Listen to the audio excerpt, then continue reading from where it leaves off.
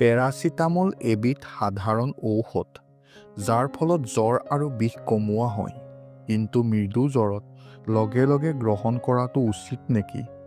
বহুতে চিন্তা নকৰাকৈ পেৰাচিটামল সেৱন কৰে, যিটো শৰীৰৰ বাবে ক্ষতিকাৰক হ'ব পাৰে। এই ভিডিঅ'টোত আমি জানিব পাৰিম যে পেৰাচিটামল কেতিয়া খাব লাগে আৰু ইয়াৰ অত্যধিক সেৱনৰ ফলত কি ক্ষতি হ'ব পাৰে। যধে-মধে পেৰাচিটামল খোৱাৰ অপকাৰিতা। ১. যকৃত ক্ষতি। অত্যধিক পৰিমাণৰ পেৰাচিটামলে যকৃতত প্ৰত্যক্ষ প্ৰভাৱ পেলায়। এই ঔষধ খালে যকৃতে ইয়াক বিপাকীয় ক্ৰিয়া কৰে। শৰীৰত ইয়াৰ অধিক পৰিমাণ থাকিলে যকৃতে ইয়াক সঠিকভাৱে প্ৰক্ৰিয়াকৰণ কৰিব নোৱাৰে, যাৰ ফলত যকৃতৰ বিষক্ৰিয়া আৰু যকৃত বিকল হোৱাৰ সম্ভাৱনা বৃদ্ধি পায়। ২. বৃক্কৰ ক্ষতি আৰু বিকলতা। পেৰাচিটামল দীৰ্ঘদিন ধৰি সেৱন কৰিলে বা অতিমাত্ৰা সেৱন কৰিলে বৃক্কৰ কাৰ্যত প্ৰভাৱ পৰিব পাৰে।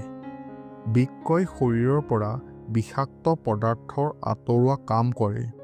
কিন্তু যেতিয়া এই ঔষধ অতিৰিক্তভাৱে সেৱন কৰা হয়, তেতিয়া বৃক্কই ইয়াক সঠিকভাৱে ফিল্টাৰ কৰিবলৈ সক্ষম নহয়। ইয়াৰ ফলত বৃক্ক ফুলা আৰু বিকল হ'ব পাৰে। ৩. পেট আৰু পাচন তন্ত্ৰৰ লগত জড়িত সমস্যা।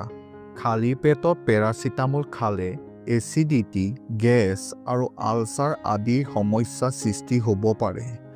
৪. ৰক্তচাপ আৰু হৃদযন্ত্ৰৰ ওপৰত প্ৰভাৱ।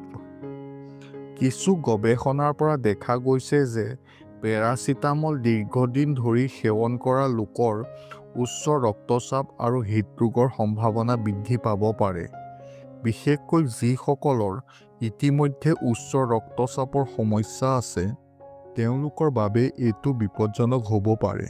৬. তেজ পাতল আৰু ৰক্তক্ষৰণৰ আশংকা। পেৰাচিটামল অত্যধিক সেৱনে তেজ পাতল কৰিব পাৰে, যাৰ বাবে আঘাতৰ ক্ষেত্ৰত ৰক্তক্ষৰণ সোনকালে বন্ধ নহয়।